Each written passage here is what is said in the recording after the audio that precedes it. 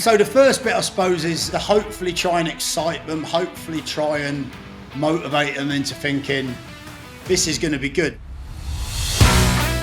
You need good experts. You need people that are not only good at what they do, but also are very, very good with the players. You need some people that maybe are not so good with the players, but are very good at other aspects of the role. And I've always gone with the old mantra of that players can't complain if they can't breathe. So just took them for a really hard run for the first 10 minutes, blew out all of their energy to be able to speak, and then just cracked on with it. And I've thrown the odd joke, and I've looked around the room, and there might be a 36-year-old chuckling, and the 18-year-old sat there thinking, he's just not funny. But that's never stopped me. I don't think that's that possession correlates to promotion. I think that's more the best players in the best teams get promoted, and therefore, because they're the best players, they have more possession anyway. I don't necessarily think that's always a style of player, style from the manager. And I've seen some people who've absolutely melted in front of the group, profusely sweating, stumbling over their words, and you just think, this has ended before it started. Welcome, football fans, to Breaking Lines, the podcast that takes you behind the scenes of the beautiful game like never before. I'm Gary Rowett, former player and manager, joined by the insightful Dave Carolan, a man with his finger on the pulse of football's beating heart. Together, Dave and I bring you unrivaled insight, context, and a few stories from the trenches. Join us as we dissect the game, break down the plays, and explore the intricate dance between managers, players, fans, and the beautiful game itself. This is Breaking Lines, where the game is more than just a match. Welcome back to Breaking Lines, and it's another episode of our Whistleblower series, where we've taken questions that have been submitted by our listeners in the various social platforms that we stream to, and we've had some really interesting questions come in this week, Gary. So we're going to start off straight away. It's from somebody who's worked in the game, Gavin Blackwell, a medic. So there are two questions. First question is, what's that first meeting like with the players? How does that get delivered by the manager or the head coach? Wow, that's a big question, because that could take a long time to answer. I'll try my best to cut it down, but it's a great question, because I think it's like anything, isn't it? In any walk of life, people talk about first impressions, and I've certainly sat there as a player with managers coming into the building, and as managers, I thought within 2 minutes, I thought, this guy's on it. I thought this is going to be really good. And as other managers, not too many, but they've done that opening talk, and I thought, oh, I'm not sure this is going to go so well. And it's really interesting how you can be so opinionated after a couple of minutes, but that is what we're talking about, aren't we? Those first impressions. So I think, for all of us, I think usually we go in as a team, don't we? So there's usually, myself, yourself, a couple of other members of staff, let's just say, for example, at previous clubs. So you all have to go in with that real enthusiasm, don't you? It's an awkward one sometimes when you pull into a new training ground and you don't really know anyone, you don't know where you're going. You tend to try and get in early before a lot of the staff are in, so you can sort of get your bearings and know where you're walking, because there's nothing worse than walking into the wrong room or a wrong meeting room, with a load of players in there you've never met before or whatever. So I think that's the first thing. You sort of orient yourself around the training ground and get in nice and early. I always found that the easiest thing to do was have something planned, ready, a structured way of approaching the players in the meeting room. And I'll come on to that in a second of how we would structure that. And then that might be at, say, 10:30. So, of course, you're going to go into the canteen and you're going to go and meet people, and you're going to go and look people in the eye, shake their hands, and have a little bit of a chat with them. And there's some players you might know, some players, members of staff you might know. But there might be a lot you don't know. So yeah, I'd usually do the meeting in two ways. One would be with the staff first. So I'd have a similar theme to the way, this is what we're going to do. We appreciate the team's done really, really well or not so well or whatever. We're not coming in here to, we're coming in here to just change things and try and improve and work together. So you're sort of building consensus amongst the staff, and you're hoping that they buy into what you're saying. And of course, usually you usually have to shape that in a really inclusive way. So, we're all in it together. We all want to work hard, and that's how you would work anyway. And then, of course, the main one really is with the players. And I would essentially shape that in two different ways. I would talk to the players about what we will bring and what I think we can bring. And I'd usually be quite specific around, organisation, training variety, a clear style of play, a clear process in terms of the way we work. We'll give you 2 weeks, like what you would do, David, where you'd get all the scheduling done so to the point that there's never anything to think about. There's never a lack of organisation. Yeah. So the players know when their day off might be in the next month or whatever that is. And you can shape so many different things that way. And then I would normally say, and in return, this is what we're looking for. These are the non-negotiables, essentially. And so the first bit, I suppose, is to hopefully try and excite them, hopefully try and motivate them into thinking, this is going to be good. These are maybe some of the things you might have done a little bit of research on what they maybe have done previously and try and fill a few of those spaces. If the previous manager maybe isn't as organised, then organisation could be something the players have been crying out for or the staff have been crying out for. So of course, you have to be a little bit cute. But mainly it is literally, this is the non-negotiables, punctuality, respect, whatever all those things might be. I'm sure they're the obvious things, but and you might try and throw a bit of humour in there as well. My jokes are getting worse as I get older, unfortunately. I think it's called dad humour, isn't it? Unfortunately, we reached that point. We've reached the point of dad humour, yeah. Yeah, and I've thrown the odd joke and I've looked around the room and there might be a 36-year-old chuckling, but the 18-year-old sat there thinking, he's just not funny. But that's never stopped me, Dave. But often you would try, and we've done that before, haven't we, where you try and get a little bit of humour in there as well so that people can see that side of you and think to themselves, actually, this could be quite good fun as well. And there's all sorts of little ways of doing it. But yeah, what's your sort of observation been on those? Because obviously you've been part of some of those initial days. They can be quite awkward in certain ways, can't they? Yeah, I mean, there's two things. It's when you're receiving a manager who's coming into your organisation is very different to going in with one, of course, because like you just said there, as a player, you're weighing and measuring the manager.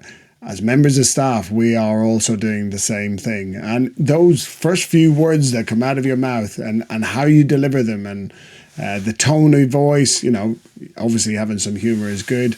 But some people want to come in and say straight away that, they're effectively the boss. Other people want to be good collaborators. And I've seen some people who've absolutely melted in front of the group, profusely sweating, stumbling over their words. And you just think, this has ended before it started. I've seen somebody else come in and they've literally tried to lay down the law inside 5 words. And you think, okay, this is not going to be really much of a collaboration. This is a very different type of manager. So they're all good. But then also, I'm going to extrapolate it out a little bit and say it's the same for us when we go in as performance staff or anybody else. Like our first sessions are being looked at. I remember my first session with you at Birmingham. I think I had more staff watching me taking the players for a fitness session than I had actually players doing it. We had that was designed to put you under pressure, Dave. See how you could handle the pressure. That's why I told everyone to watch him. That's all right. It was just spinning plates for me, But I also remember I got to one club. I think it was Colchester. Yeah, it was Colchester. First day, turned up, and they didn't have their own training ground. But the group was quite lively, like they'd just come back in from closed season. So, of course, they're all giddy from having not seen each other. But there's, of course, a new fitness coach in town. So it's like, right, let's see what this guy's about. And I've always gone with the old mantra of that players can't complain if they can't breathe. So just took them for a really hard run for the first 10 minutes, blew out all of their energy to be able to speak, and then just cracked on with it, So top tip there from Dave.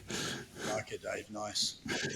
Right, that now, of course, you go in, you see meet all the players and that, but there is a whole backroom staff. So second part of the question from Gavin is around the team behind the team. You know, you've got multiple departments which report into you in some way, shape, or form: medical, performance, analysis, you name it, recruitment. How do you go about as a manager having to manage all of those people and those departments as well as look after the team and coaching it and preparing for games? Yeah, I think it's slightly different now in certain aspects, isn't it? Where if you go into a club with a sporting director, essentially that's the sporting director's role, but all those staff, you are still managing them daily. They're still in the meetings talking about training. They're still in the meetings talking about the players that you're working with. So it's very hard to completely distance the two. And I'm not sure that because you have a sporting director, it means you have to distance the two. Do you know what I mean? But obviously the roles slightly changed.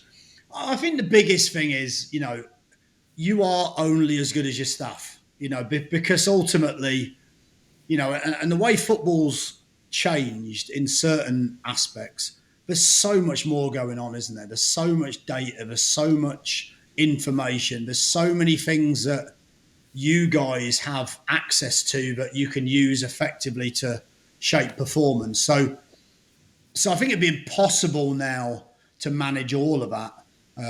And you need good people, you need good experts, you need people that are not only good at what they do, but also are very, very good with the players. You need some people that maybe are not so good with the players, but are very good at other aspects of the role.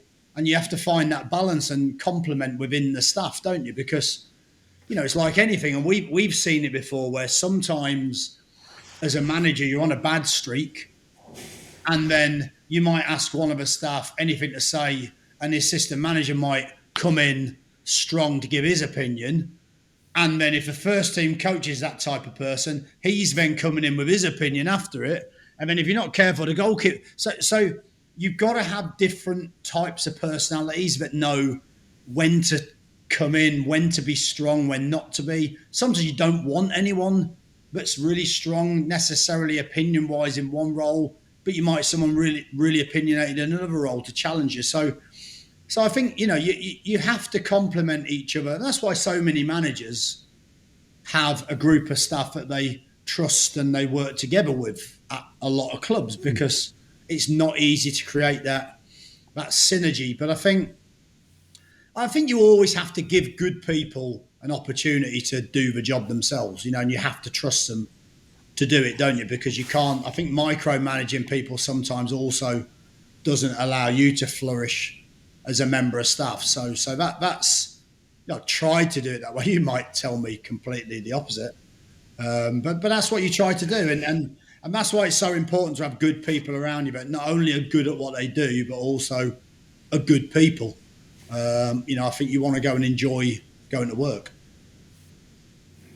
Yeah, 100%. And I'd echo what you said there. Is like, obviously, as departments have grown as well over the years, that actually trying to manage all of the staff around a first team now is practically impossible for one person to do, isn't it? Because the demands of the job are so much now. Like, obviously, a lot of your time will be spent not only doing the coaching, managing the players, trying to get ahead on recruitment. So there's probably key people that you'll just interact with, and then they'll manage their departments, won't they? And all of the people that work with them.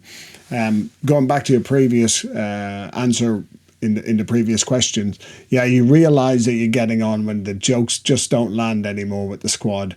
And that's actually where you need young blood coming through who are a little bit closer in age sometimes to the players, because they have some of that social interaction. So I think even how you construct a team is one thing, but also how you construct a staff is really important as well nowadays, isn't it? Yeah, and I think that's a really, really good point, because actually you have to accept as well that, like, we've done it before, haven't we, where we'd be a little bit older and sometimes you need to keep that distance between you and the players in certain senses, because we're the key decision makers in a lot of senses. But actually sometimes different members of staff, they'll befriend the players and they'll get the players to do what they want to do, but from that aspect, for example, if you're a young S&C coach and you're working with the players, you might be the same age as the players, you might be younger than the players, so they might have a different way of doing it. And I think it's important but you have all types of different personalities and age profiles. Because there's no right or wrong way, is there? You know, you can manage by being best mates with all the lads. And obviously there's a lot of challenges come with that, but some managers will do that, younger managers. You can manage with hardly speaking to the players, and I've seen different people do it successfully in different ways. So, you know, there's no right or wrong, but because you have to choose your way of doing it, you know. And I think that's the fun part of being a coach, isn't it? There are so many different styles of how people deliver what they do. And at the start, certainly you want to obviously get close to the players when you're young. You know, you almost treat them a little bit as friends. But then the older you get, you realize that actually respect is probably a little bit more, well, it trumps friendship, doesn't it? In the end, the players want to respect you rather than necessarily want to like you. But at the start, when you're starting out in your career, you definitely need the likes, because otherwise you're dead in the water anyway. So I don't know how I manage to get through it. Like social media, you need the likes, Dave, don't you? What we've worked out with those first two questions is that basically I'm not funny anymore, and nor you. So at least we've clarified that, haven't we? So any listeners who've got any jokes that we could use for players over the years, please DM them, send them in. Right. Anyway, the next question is from Reese Quiggs. I really like this one. It's, do you have a favourite game that you've managed? Oh, it's funny because you often look at games and you think about the results and you think about, you know, strategically look at, okay, well, what about that one? But I just think sheer elation and sheer relief, I suppose. If I look back, when I was at Burton, so the first season I was at Burton as a manager, the owner said, what was it? So we got knocked out in the playoff semi-final by Bradford. We beat them 3-2 up at their place. They scored quite late, and I knew that goal would be crucial. And then they actually beat us at home, which was disappointing. But so we didn't go to Wembley that year. We didn't have a chance to get promotion. So the following year, I remember in the season, the owner, Ben Robinson, saying to me, you know, I've always wanted to take my team to Wembley. That's what he said to me. He never said I want to win the league, or he said I've always wanted to take my team to Wembley. He said because the previous time he was a chairman, or the previous time Burton had been to Wembley, I think it was in the FA Trophy under, I think, Neil Warnock, and he wasn't the chairman at the time. He was just the director there. So he said, I'd always wanted to take my team to Wembley. So anyway, so I thought, oh God, no pressure. And anyway, so we got into playoffs again, and we played Southend. Phil Brown was the manager. And I knew Phil a little bit from my time at Derby as a coach and my time at Blackpool as a player. I had a lot of respect for Phil. In the first leg, we beat them 1-0. And I can remember having a little bit of a running battle on the side with him. And I made a couple of comments I probably shouldn't have made around the team talk he did at Hull. And sometimes as a manager, you know, sometimes you look back and you go, I shouldn't have made it personal. Yeah. But we're having a bit of a running battle, and you know, it was what it was. And then we were 1-0 up. The second, and our captain, I think, got sent off, so we were without our captain for the second leg. The second leg, I thought, you know, there's 10,000. To be fair to Southend, like, Roots Hall could get full, and you know, it could be a real atmosphere. There was 10,000 people there. And before the game, we had no programmes in our dressing room. So I was really surprised. So somebody told me just before I did my press, somebody told me that they'd taken him out of the dressing room because the manager had put in there something around blah, blah, blah, blah, blah, see you all at Wembley. So he told his fans, even though he was 1-0 down in the first leg, he'd said to his fans, see you all at Wembley. So, of course, at that point, I'm raging, even though I've kind of caused it. And you know, I was more to blame than he was. So I apologise, Phil. I apologise since. But anyway, so we played a game, and obviously now there's a bit of pressure on, and there's a bit of edge. And anyway, I think we drew or we won or whatever, but we went through. And I can just remember the feeling at full time. It felt like I'd got promotion. You know, it felt like a feeling of promotion because I thought we've taken the next step.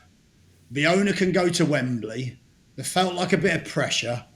And obviously we had a chance to be promoted. So that game, having won that game, I would say that's the most enjoyable game I've ever won for different reasons. Again, public apology to Phil because he's had a fabulous career, and I didn't mean to cause any offence, but but he definitely gave us motivation that day. The last laugh was on him because I think we lost in the final, and I think they went up the next season. So yeah, it was Yeah, that was definitely sword of Damocles there from the owner, wasn't it? You know, like telling you that he's really disappointed that he didn't go to Wembley the year before, but telling you better get to Wembley this year or else, you know. So that was how Ben kind of worked. It was like, yeah, I'd really like to go to Wembley. That was basically him saying, you better go one better because I've got a lot of friends and a lot of stuff waiting on this. So no, everyone had a great day, and I think for Burton, it was a fabulous day out. Of course, you want to go and win, but at that point, it becomes a little bit of a lottery as well sometimes in those games. Yeah, right. I'm going to be selfish here. I'm going to name one of the games. One of the games. Yeah, go for it. Yeah, I forgot to ask you that. So we were in the Premier League. We're playing Middlesbrough at Harrow Road. Yeah, okay. You know, I've got a lot of games. Like, anyway, not many Premier League ones, but hey, I'm going to pick one from there. So we're playing Middlesbrough at Carrow Road, and we performed pretty terribly for a good 78, 80 minutes. We're 4-1 down in the 88th minute, I think it was.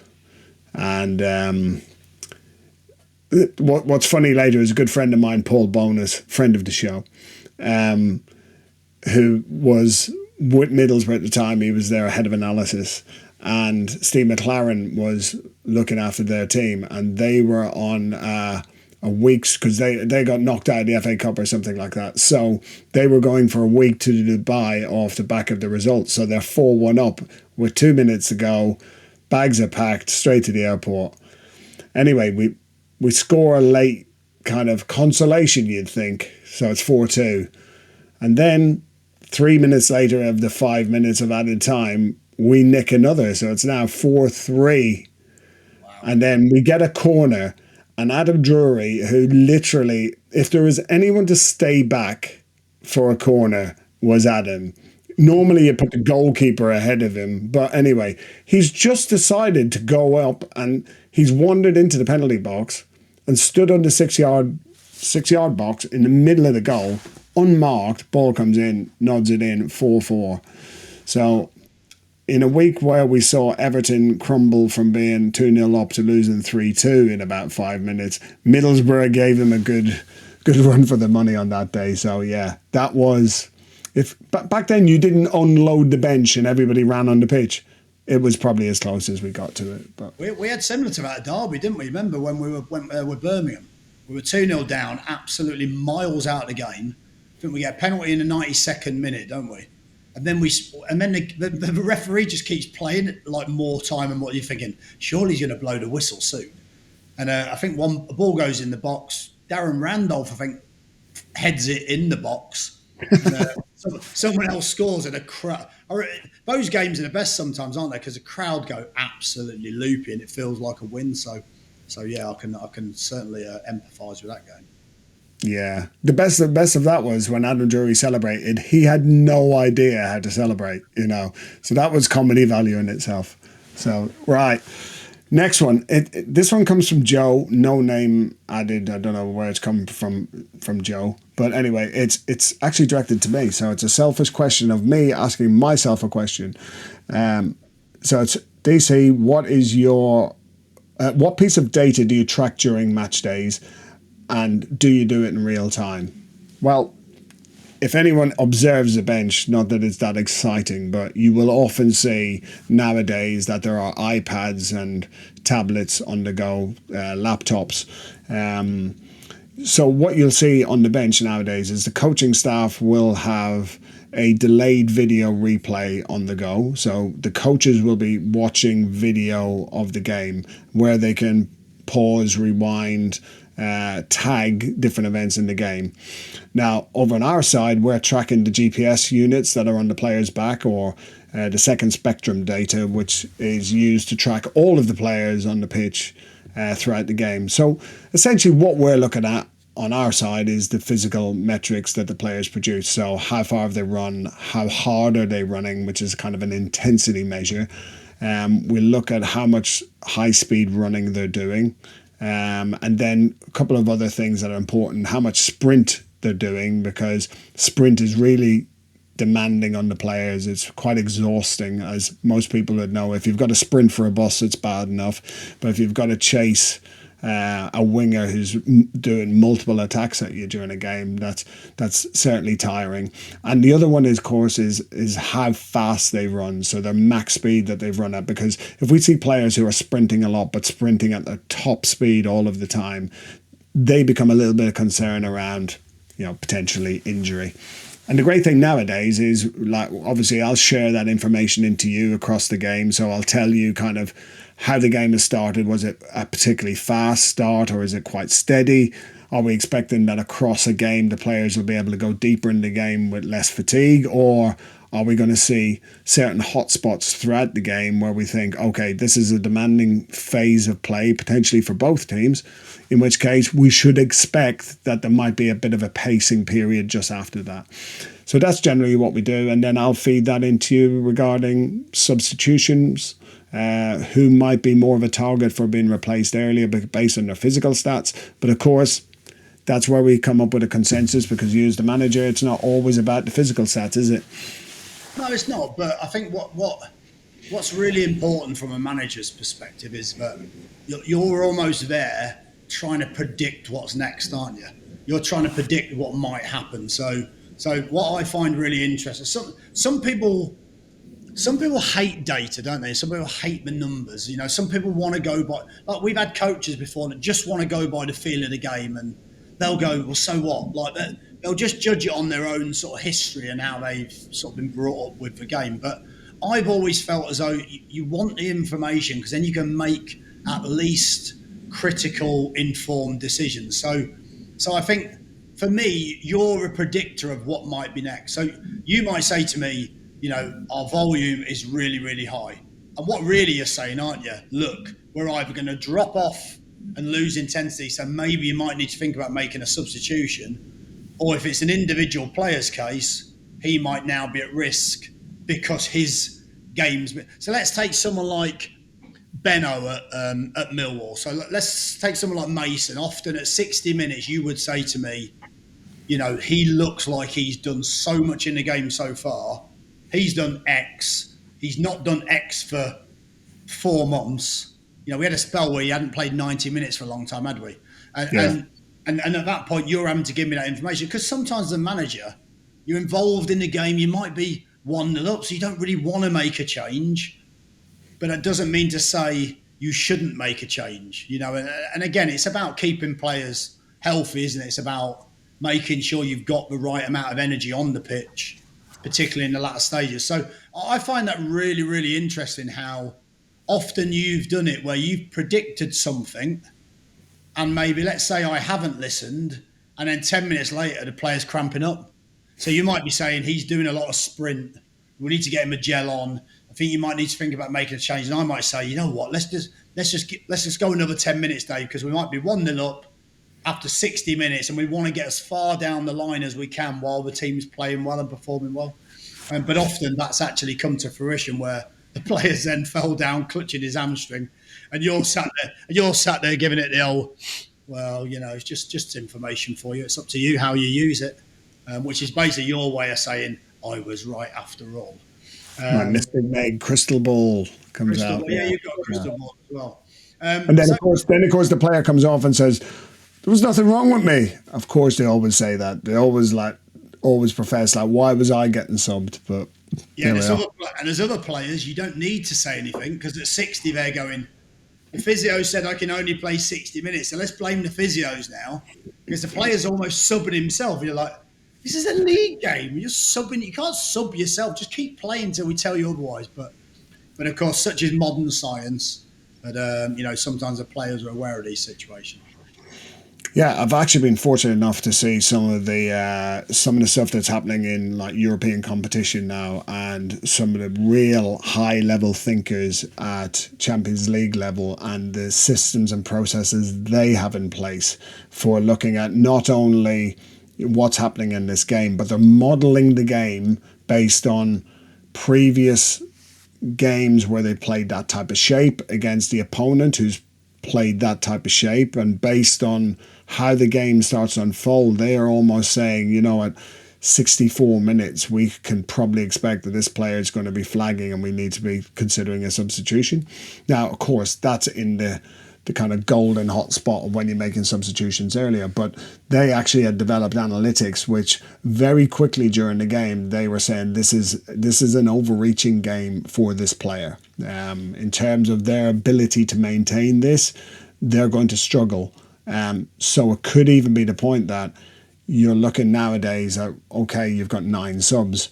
You've got 4 opportunities if you look at halftime as well. So maybe being strategic around your substitutions based on that information. Look, if this game keeps going like it is, because this opponent maybe is placing additional demands on the team through their physicality, their team shape, their strategy or whatever, that actually this isn't the game for that player. And certainly we've seen that with other sports like in rugby now, where South Africa have shown that actually if the game is not unfolding how the coach expects it to be, and they need to make a substitution after 20 minutes of the game, that's what the game demands. That's something that would be really interesting to see if football ever starts to go down that way. Well, we did it a little bit, didn't we? Because it's like anything. If you've got 5 substitutions and you can do it in 3 different ways, if you don't count half time as one, let's say you've had an injury in the first half, you've got 2 substitutions left and 4 players left to bring on. So there always comes a point where I think your decisions are made twofold. One is around the result and what's required from a tactical perspective, and one is required around the result and what might be needed from a physical. I know that you can't necessarily separate the two, but let's say I know the opposition have a quick winger, and let's say I know they're going to bring him on for the last 10 minutes, and I know our fullback playing up against him sometimes struggles late on games. I might need to save one sub for the right player at the right time to go on and deal with that physicality. So again, it's always shaping and pulling away at your decision making within the game. And the fact that you can understand that from the sideline and understand that as head of performance, I think is vital. And like you say, you need to use that information to make even better informed decisions. Yeah, I think it'll be an interesting one for a future episode, which is when you've picked a team because you're expecting an opponent to play with certain players, then they turn up and they're not playing that player and they're not playing that shape, and you're like, I've literally strategized around game plan A and they've gone with game plan D. Like, we've got the wrong people playing in the wrong game. How quick can we get this changed up? Good job. We've usually got game plan E, which is code for panic. Yeah. Where's that one? What we plan for. Yeah. Okay. Right. Moving on from that. So, foot graphics on one of our socials. I sent this one in. Gary, has football changed much since you were playing to now managing? If so, what are the main differences? Well, I suppose the ball's like plastic now rather than like cowhide. So no laces in the ball. No nails in your boots. Yeah, no, I'm not quite that old. I think the biggest thing there's 2 things that I think spring to mind. One is the pitches, because even though I'm not 100 years old, but the pitch quality, the pitch quality that you train on every day, and the pitch quality that you play on is massively advanced now. So I think that certainly helps. I started out as a player or quite early in my career at the baseball ground, and there was hardly any grass on the pitch, at certain points of the year, and that was well known. Cambridge, we actually trained on the pitch because that's what the manager wanted us to do sometimes on a Friday, the old classic, because the style of play at Cambridge wasn't total football, believe it or not, under John Beck. I think it was called unique, wasn't it? Unique football. Unique. But successful football it was. It depends on how you look at it. But actually, the pitches often were really, really poor. So, it challenged you in a different way. And I think the other thing that I really regret not having really was the support services. We spoke about staff earlier. I think the ability now for a player to improve and reach their maximum, is so achievable now if the player has the right mentality, because you have so much access to different experts within, let's say, a championship football club, or supposed experts, let's say. They've got the job claiming they're experts anyway. No, but lots of experts and good people around. Whereas back then you might have had a fitness coach, do you know what I mean, who'd, I don't know. I mean, he might even have worked in a gym, or he might have, whatever. He might have come into that role for different reasons, and been very, very good. But that was just that one person. So I think unless you had that foresight as a player to bring these people in, which most people didn't, you probably achieved somewhere near your max, but not your max. And that's the only thing I look at. I think if I was a player nowadays, I think I'd have been a much better player, because of that reason. So those would probably be the two obvious things that I think spring to mind. Yeah, I've got flashbacks to the Four Yorkshiremen sketch from Monty Python here of like back in our day it was worse, because obviously the pitches that the players train on now, they're carpets, they're so good. I mean, I remember about 3 years ago we went down to play Watford with Millwall, and it was almost like a crime against sport to have actually played on the pitch. It was so good. It was like it should have been hung in a museum or something. And you think like, you often hear coaches say, if you can't play football on that, and I think that day we saw that some players couldn't play football on that, but the facilities are now so good. Everything from the training grounds and the catering and the gyms and the training pitches to you go to the match pitches now, and it's an art and a science now, isn't it? Groundkeeping. You just look at it and you think, like the guy who's just gone from John Letwidge, who's gone from Leicester to Man City, and the standard of pitch that they produce. Of course, you want the best players playing on the best surface, but I dread to think how much better that can get, because, again, if you go back 20 years ago when you're playing, ish, and you go to today and you think how much it's developed there, and then go 20 years in the future, how much better can the pitches actually get? But yeah, that's a really good one now. Yeah, I suppose pitches and staff, yeah, there's so many more. I saw a squad photo last week of the first squad I was involved in, and there were 6 members of staff. Now there are 6 members of staff in each department, minimum. And the kit as well. What about a kit? A kit used to be, I've seen a picture of you, Dave, not that long ago, and you looked like you was about 10, because the kit was about 8 times too big for you. But I actually realised it was just the kit and it wasn't you. So, the playing kit was the same, wasn't it? Everything was like a triple XL. It was horrible to wear, but you didn't think anything of it. Just put the shirt on, you were proud to wear it. I will share that, but we'll share one of you wearing like maybe one of the big Derby Premier League kits. Yeah, absolutely. Yeah, they were like wingsuits maybe, but there we are. Right, last question of the day is from Elliot. It's not my son Elliot, but it's from a different Elliot. So this one's towards me again, but I think it's for both of us really. Have you seen any correlation in regard to performance metrics versus points won? Like running more, does that get you more points? Maybe also on the technical side, let's talk about possession or passing or things like that as well. We knew a few years ago, didn't we, as when we started working together, that the style of play that we were playing with, that we knew if we had a certain amount of sprint distance in a game, more often than not, that led us to win games.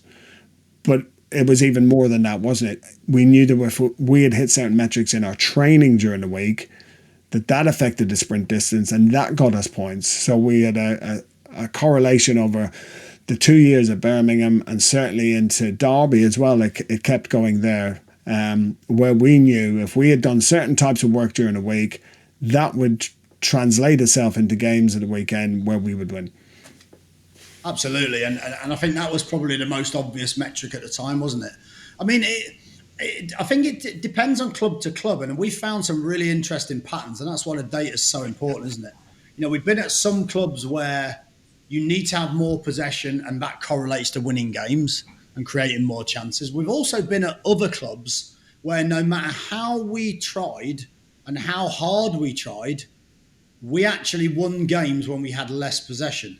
And there was certain opposition where they would win. Let's say I remember back to that Forest game we spoke about with Matt Smith about, and I remember distinctly that Forest didn't win any games that season, or very few games, when they had more possession. And we always seemed to win more games when we had less possession. So to me, that was stupid to go to Forest and try to dominate possession. So we actually designed a game plan to let them have the ball. And we counter-attacked them, and we transitioned, and we exploited different areas, and we ended up winning the game comfortably. So that's finding some data that shapes how your game plan's going to look. And it worked in that case. So I think, again, there's certain clubs and certain types of groups of players that favour certain styles and win more games that way. There's no doubt at the top end of a game and the top end of every division, possession correlates to getting promotion, but there's definitely a stat in there somewhere. But I think that's I don't think that's that possession correlates to promotion. I think that's more the best players in the best teams get promoted, and therefore, because they're the best players, they have more possession anyway. I don't necessarily think that's always a style of player, style from the manager. So, but it is interesting to see those patterns develop, isn't it? And we've spent a lot of time looking at those patterns and trying to quantify which ones basically win your games, because that's essentially what it's about. Yeah, but and at the same time, as you say there about teams who win with a certain style, but they're also the teams with the biggest budgets. Yeah. And that's not making excuses. It's just part of the fact of teams that get promoted most often out of most leagues have got the bigger budgets, where they are recruiting the better players who can potentially play better football, if you want to call it like that, but they know how to win more often. That's why they're being better players. And therefore, whether it's budget, which creates the performance, which gets you the results, or whether it's just having those key players in the team. We've always noticed as well, though, we see other teams who try and have a philosophy of how they play, and actually their philosophy can be exploited by the fact that they're not good at countering the thing that some other teams are good at. So where two possession teams come against each other, yeah, they kind of butt heads, but when a possession team comes up against a counter-attacking team and you think they're maybe not so used to this, so that can be another challenge as well, can't it? Where you start looking at someone who's got a technical dominance versus someone who might have a physical dominance, and then who's going to win out in that kind of that battle as such. Yeah, and also when you haven't got a big budget as a club, sometimes you have to find different ways to win different games. It's as simple as that. To me, that's what the manager, head coach's job is. Of course you want a style of play that everyone loves, but at the same time, you also have to find. When we went in at Derby, it was very easy to go and move the ball quickly. It was very easy to go and create lots of chances because we had good players. It's as simple as that. And but when you go to somewhere like a Millwall, it's perhaps not quite as easy. So I always used to think, so I used to see teams playing possession-based football, but didn't have the players to do it. And I loved playing against those teams because you could set traps, you could press, you could nick the ball in good areas where they were very, very easy to exploit. And the other way round, some teams would be very direct against you and they were very predictable. So listen, everyone's judged on the results, but sometimes your style of play has to fit the players that can do it, and you have to have the players available to be able to execute any style of play, don't you? So absolutely. I suppose flipping the question 180, there are definitely things that cause you to lose games, that lose you points. Certainly not having the physical capacity to last out to the end of the game, potentially also being slow out of the blocks at the start of each half, and you get exploited early by opponents. They are things that can lose you games, lose you points, and ultimately lose your jobs. Absolutely. Yeah, no, you're definitely right. I mean, we looked at one thing that you looked at quite closely, didn't you? But little 5-minute segments of games and what they look like in terms of the biggest, most explosive part of a game. And we knew that against certain teams, the Burnley under Company, you had to be able to run a certain intensity level for those 5, 6, 7 minutes. Otherwise, you end up conceding, which is what happened to us. So yeah, you use data wisely, don't you? Some things, very few, but some can really, really shape the outcome quite consistently. And they're the bits you're looking for, aren't they? You're looking for your sweet spot of how you want to play and what's the most effective. And it's an ongoing debate, really, because it doesn't always stay the same either. It can often change as a season goes on. Absolutely. Well, that's a great 5-6 questions there that we've had in from the listeners or the viewers. So hopefully people have gained a lot from that. Bit of a change to the normal one, but the third episode of Whistleblowers that we've done. So make sure you check out the other 2 episodes. We'll link those at the end of the video. Or if you're listening, if you go to the channel page, you'll see that there are previous episodes of Whistleblowers. So keep an eye out for when we promote the next version. So if you've got any burning questions, have them ready for then. Thanks, Gary. Questions in. Cheers, Dave.